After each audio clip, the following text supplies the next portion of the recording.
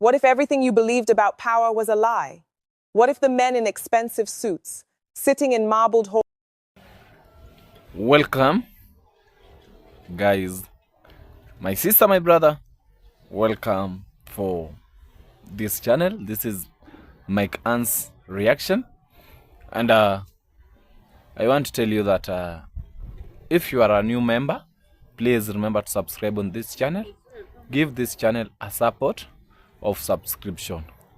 My returning viewers, may God bless you so much for watching me each and every time. Today's reaction is that Ibrahim Traore, the president of Burkina Faso, is the best president in Africa. The youngest president, 36 years old. Watch this video, the way Ibrahim Traore won Donald Trump. A direct warning to Donald Trump. Thousands of miles away, held more sway over a nation's fate than the people living on its soil. For decades, this was the silent reality of a land once called the land of incorruptible people. But in September 22, the world woke up to a sight it did not expect. A young man, 34 years of age, stood before a microphone. He did not wear a tailored blazer or a silk tie. He wore a camouflage uniform, a red beret, and the weary eyes of a soldier who had seen too much dust and too much blood. At that moment, Ibrahim Traore did not just change a government, he shattered a mirror. For years, the international community looked at Burkina Faso and saw a tragedy to be managed, a resource to be extracted, or a crisis to be ignored. They called it stability when the gold left the country in crates. They called it cooperation when foreign armies patrolled the borders while local villages burned. But the records show a different story. The records show a nation that was being bled dry while being told it was being helped. Then came the twist. A simple captain, a man from the front lines, refused to accept the script. He walked into the halls of power, not with a desire for a throne, but with a demand for dignity. This is not just about a change in leadership. It is about a continent finding its pulse again. It is about the moment a shadow decides to become the light. Stay with me. What comes next affects all of us, for it challenges the very foundation of how the modern world is governed. Stay with us. This is more than a headline. It is a hinge in history. If this resonates, show your support with a like, comment, or subscription. It keeps the story alive. To understand Ibrahim Traore, you must first understand the silence of the Sahel. Imagine a landscape where the sun is a constant weight and the earth is a deep rust red. For a long time, this earth held a secret. Beneath the soil of Burkina Faso lies one of the world's most significant reserves of gold. Yet, in the villages sitting directly on top of these riches, there were no lights, there were no paved roads, there were only the empty promises of a global system that said, "Wait, your turn will come." The trigger for this revolution was not found in a textbook. It was found in the mud of the northern provinces. Before he was a leader, Ibrahim Traore was a field commander. He lived among the rank-and-file soldiers. He ate the same meager rations. He watched as his brothers in arms were sent into battle with old rifles and limited ammunition, while the very resources they were protecting were being shipped off to foreign refineries. The data is staggering. While the nation's gold exports climbed into the billions of dollars, the average citizen lived on less than $2 a day. It was a paradox that could no longer be sustained. The young captain saw the bodies of his friends being returned in plastic sheets. He saw the mothers in Ouagadougou weeping for sons who died, defending a status quo that did not care if they lived or died. The range of this failure was vast. Over 40% of the country was no longer under the control of the central government. Extremist groups moved through the scrubland like ghosts, taking what they wanted because the state had been hollowed out by decades of corruption and foreign meddling. This was the specific impact of a managed democracy. The institutions in Paris and Washington spoke of progress, but the people felt only the tightening of the noose. When Ibrahim Traore finally spoke, he did not use the flowery language of a career politician. He spoke with the brevity of a man who knows that every second wasted is a life lost. He told his people that the time for begging was over. He said that if they were to be saved, they would have to save themselves. The world reacted with predictable shock. How could a young soldier, barely old enough to remember the previous century, challenge the established order? They pointed to his age as a sign of instability. They pointed to his uniform as a sign of aggression. But for the people in the streets of Bobo Dioulasso and the markets of Ouahigouya, the red beret was not a symbol of war. It was a symbol of an ending to the era of the yes man, an ending to the era where African leaders were chosen in foreign capitals rather than by their own people. Ibrahim Traore's rise was not a sudden explosion. It was the inevitable result of a long, cold winter of neglect. He represented a generation that had grown up watching their elders bow to foreign interests, only to receive crumbs in return. They had seen the maps of their country being drawn by others. They had seen their culture being treated as a relic rather than a living force. The young captain became the vessel for a collective roar of no more. As he took his seat in the presidential palace, he did not change his lifestyle. He did not move into the luxury suites or start wearing gold watches. He remained a soldier in a state of emergency. He knew that the eyes of the world were on him, waiting for him to stumble, waiting for him to prove that he was just another temporary strongman. But there was something different in his eyes, a quiet, burning focus on the sovereignty of the soil. He began by looking at the contracts. He began by asking where the money went. And more importantly, he began by asking why his people were still afraid. The answers he found were darker than anyone had imagined. There were loops of dependency that stretched back to the colonial era, chains made not of iron, but of debt, treaties, and security agreements that provided no security at all. This young leader had opened a door that many wanted to remain locked forever. He had promised his men on the front lines that their sacrifices would mean something. He had promised the farmers that their land would belong to them once more. But as he began to unpick the threads of foreign influence, he realized that the enemy was not just in the bushes of the north. The enemy was in the very structure of the banks and the boardrooms that governed the nation's wealth. He had promised to reveal the truth about the country's gold, a promise he intended to keep. But doing so would mean stepping onto a battlefield where bullets were replaced by sanctions and whispers. He was standing at the edge of a precipice, holding a secret that could either set his nation free or bring it to its knees. The reveal was coming. The world was about to find out exactly what happened to the wealth of Burkina Faso. But power, once challenged, does not go quietly. It waits, it calculates. And as the young captain prepared his next move, he realized that the most dangerous weapon in the world was not a missile. It was a ledger. The moment the young captain stepped into the light, he carried with him a promise made in the dust of the battlefield. It was a secret vow shared between men who had nothing left but their rifles and their pride. For years, the soldiers of Burkina Faso had wondered why they were fighting a war with broken tools, while their nation sat upon a mountain of gold. Ibrahim Traore knew the answer. He had seen the ledgers. He understood that the blood of his comrades was being traded for the stability of foreign markets. The secret he held was simple yet devastating. The poverty of his people was not an accident of history, but a requirement of the system. He began the process of closing the first loop of dependency. He did not start with a speech, he started with a signature. He moved to audit the mining sector, a move that sent tremors through the stock exchanges of distant cities. For the first time in 60 years, the men in the pits were told that the fruit of their labor would stay within the borders of the land of incorruptible people. This was the closing of the circle he had promised his men. The wealth of the soil would finally protect the sons of the soil. But as one door closed, another began to creak open. Reports began to surface of shadow meetings in European capitals. The pressure was no longer just military. It was becoming a siege of the spirit. Leave a thank you in the comments to Ibrahim Traore, or simply, thank you for hope. Each thank you carries weight.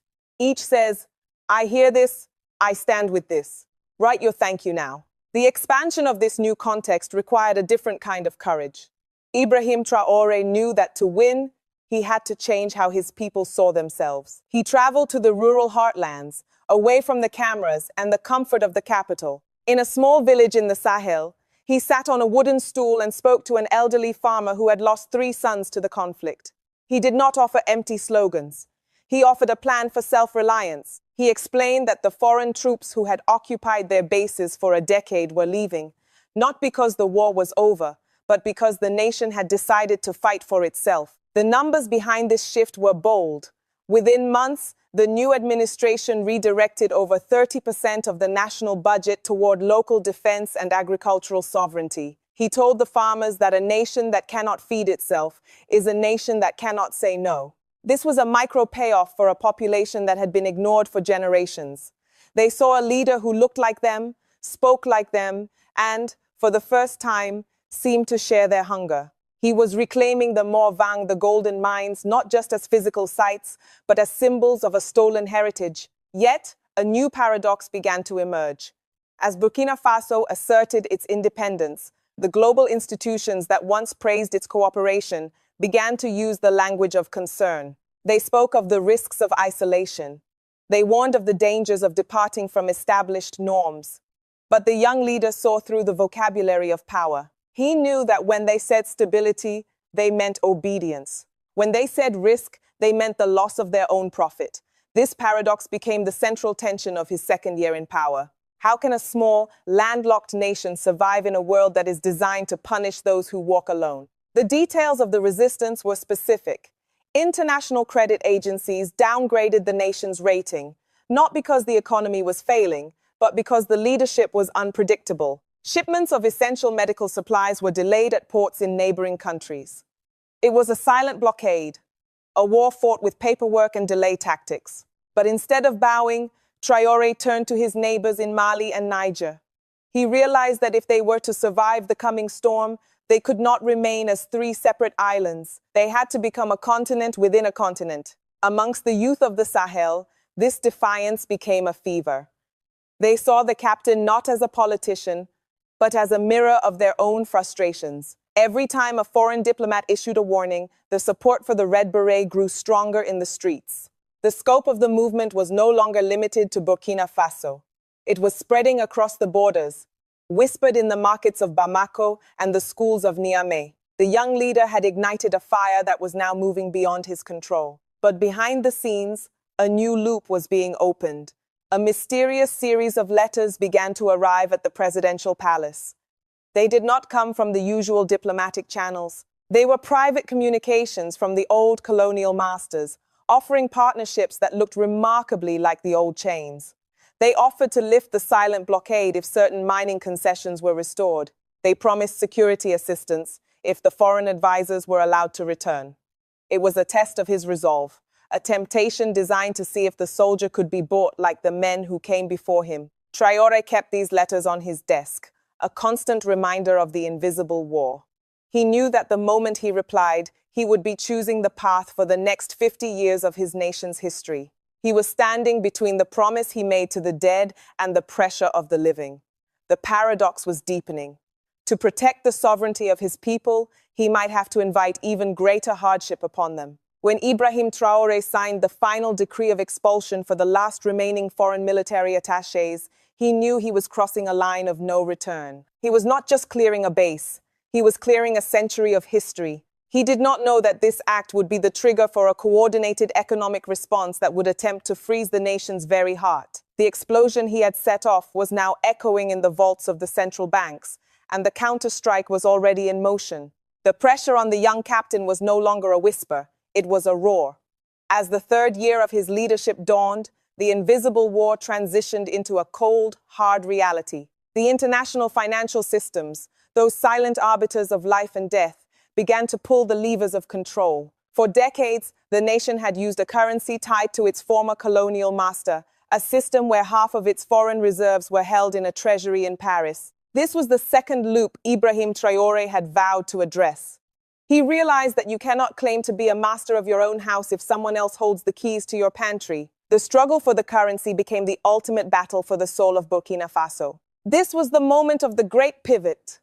Traoré stood before the leaders of Mali and Niger, and together they forged the alliance of Sahel states. It was a defiance of the old maps. They decided to stop waiting for permission to exist. This alliance was not just a military pact. It was a declaration of economic war against the status quo. They began to discuss a new, shared currency, one backed not by foreign guarantees, but by the very gold and uranium that sat beneath their feet. The reaction from the global north was swift and brutal. Sanctions were tightened. Development aid, which had been used as both a carrot and a stick for 50 years, was evaporated overnight. If this channel has moved you, consider becoming a member, not for perks, but because supporting this directly supports narratives. Mainstream media refuses to tell. Every membership is a vote for the Black Stallion's mission. The emotional peak of this period was felt in the schools and the clinics. With foreign funds cut off, the nation faced a choice: surrender its dignity for a return to the old stability, or endure the hardship of true birth. The people of Burkina Faso chose the latter. In a village near the border, a new primary school was inaugurated. It was not built with a grant from a global NGO. It was built from the newly reclaimed taxes of a local gold mine. This was a micro payoff that felt like a miracle. For the first time, the children saw that the gold was not a curse that brought war, but a blessing that brought books. However, the cost was real. Essential medicines became scarce. Inflation began to creep into the price of grain. The institutions in Europe and America watched with a calculated patience, expecting the young revolutionary to crack under the weight of a hungry population. But they misunderstood the character of the Sahel. They did not realize that for the people of the land of incorruptible people, dignity is more nutritious than bread. Traoré spent his nights in the operations room, not just mapping the movements of insurgents, but mapping the flow of every kilogram of gold. He was closing the second loop, ensuring that the nation's wealth was no longer a ghost that vanished into foreign vaults. The role of the institutions became clear. They were not neutral observers. They were active participants in the effort to maintain the old hierarchy. A prominent leader from a neighboring regional bloc, acting under heavy foreign influence, issued a final warning: return to the constitutional order, the order that had failed them for decades, or face total isolation. Traoré's response was a masterclass in calm defiance. He did not shout. He simply pointed to the empty grain silos left by the previous administration and asked why the constitutional order had left his people to starve. The confrontation moved from the diplomatic halls to the very heart of the financial district.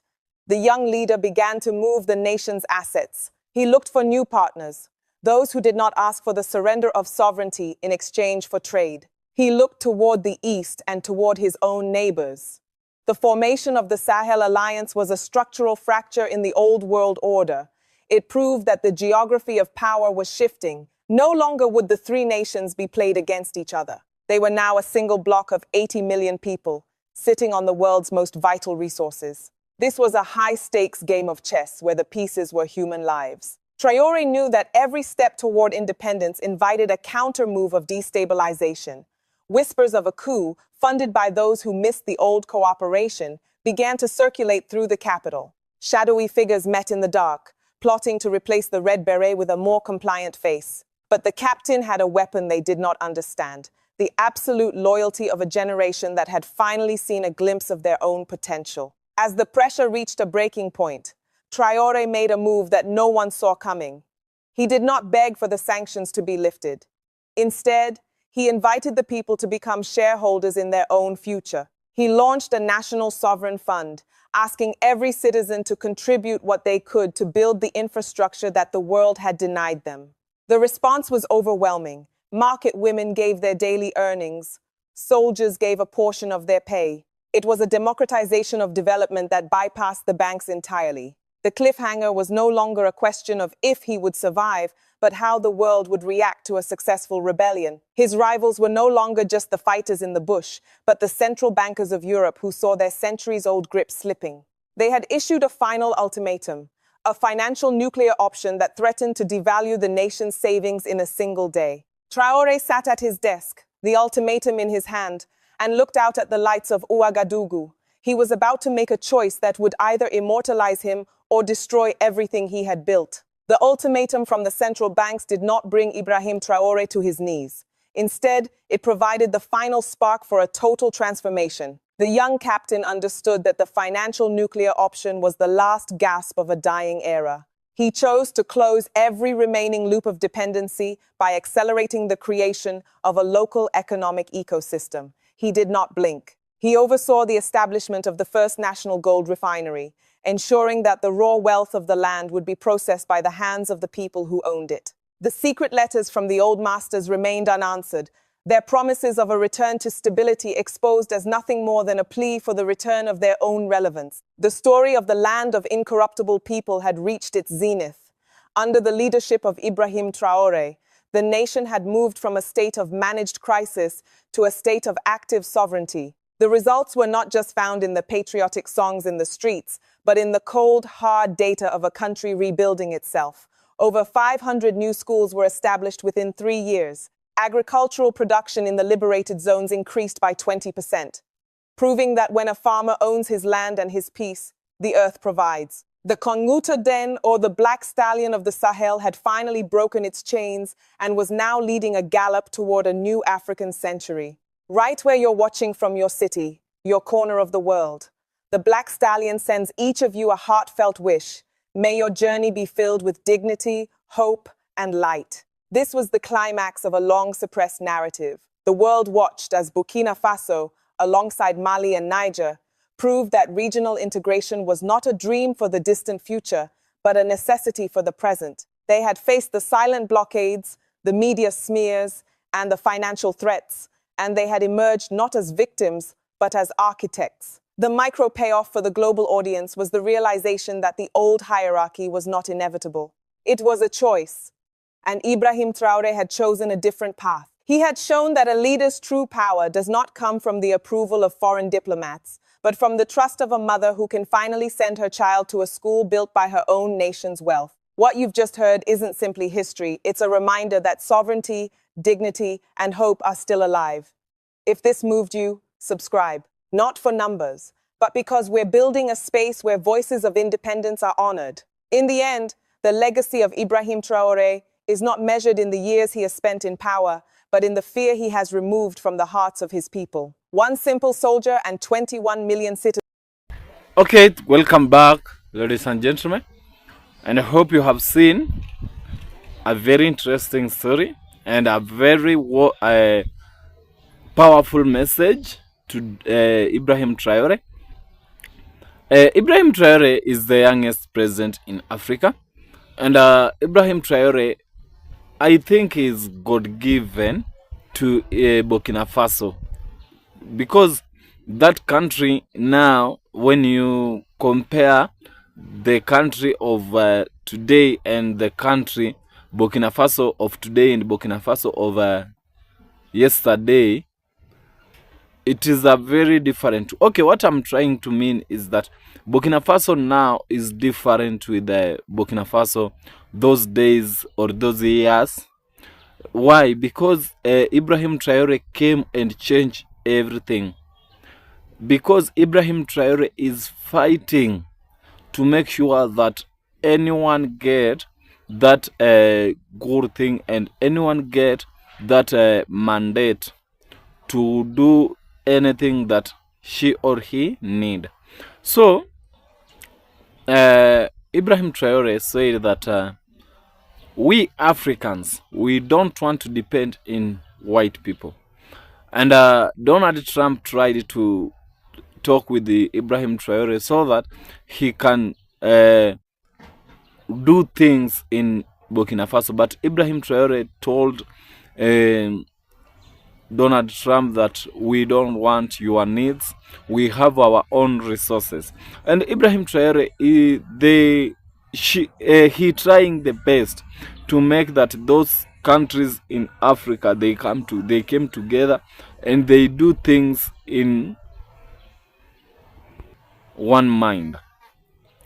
Because Ibrahim Traoré says that we Africans, we have our own things, and we can do we can make Africa to be the best country ever. But the problem with us is that we depend in white people. We thought that those people were not human beings. We always see that those people are God, or those people are the most important people. But Ibrahim Traoré, I want to tell you that it is a high time to rise up and to stand firm. Why Ibrahim saying this is because this month Ibrahim Traoré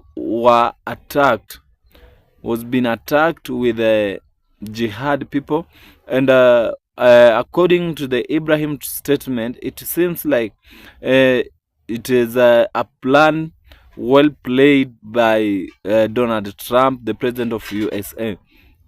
And that's why you will see that Putin, the president of Russia and China, they say that they will support Ibrahim Traoré each and every time Ibrahim Traoré needs a support. So you can see that I can tell you this for free, that don't play with Burkina Faso, because the Burkina Faso we know is the different now. because that country is developing in each and every time, day in, day out. Why? Because the president that they have the president that he can change anything that he want. Why? Because that guy was a soldier, and that guy is ready to fight.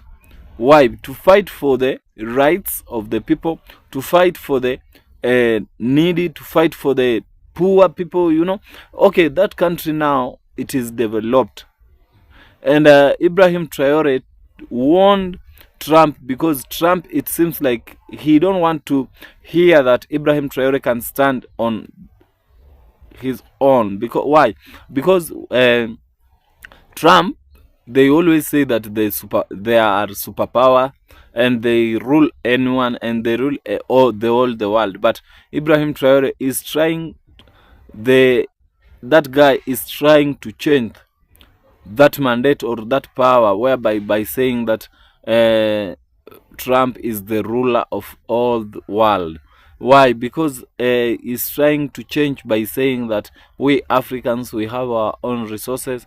It is a high time to stand firm and fight for our rights. We have materials, we can build Africa, we can make Africa to be the best country ever. But the problem is that we depend in white people. So Ibrahim Traore is warning Donald Trump, stop playing with Burkina Faso, because I myself, I can destroy you. So it seems like there is a war between Burkina Faso and the US, but it's not war because of war, fighting, but it is a war how to show how powerful you are. So Burkina Faso, Ibrahim Traore, I think that guy is the best president ever, and no one can compare in Africa. No one president can compare with Burkina Faso president. Burkina Faso is the best president ever. So thank you for watching me. If it is your first time to view this video, remember to give this video a support of subscribing. Subscribe on this channel, then it will be the best. My returning viewers, may God bless you so much until we meet again in another video. Citizens have rewritten the logic of the Sahel. You may not know every detail of the treaties signed or the battles fought, but you will remember the feeling of a continent standing tall. Ibrahim Traore has reminded the world that Burkina Faso is no longer a playground for empires, but a fortress of the spirit. As we look at the map of West Africa today, we see more than just borders. We see a laboratory of independence. We see a generation that no longer looks north for answers, but looks at one another. Ibrahim Traore and the people of Burkina Faso have proven that when you refuse to be a shadow, you have no choice but to become the sun. The ledger of the past has been closed, and a new book is being written in the rust-red dust of the Sahel. What would you choose if your nation's wealth was being drained by those who claim to protect you? Would you accept the safety of the cage, or would you risk everything for the uncertainty of the open air? Ibrahim Traore made his choice. Now, the question remains for the rest of the world. Can we handle a truly independent Africa?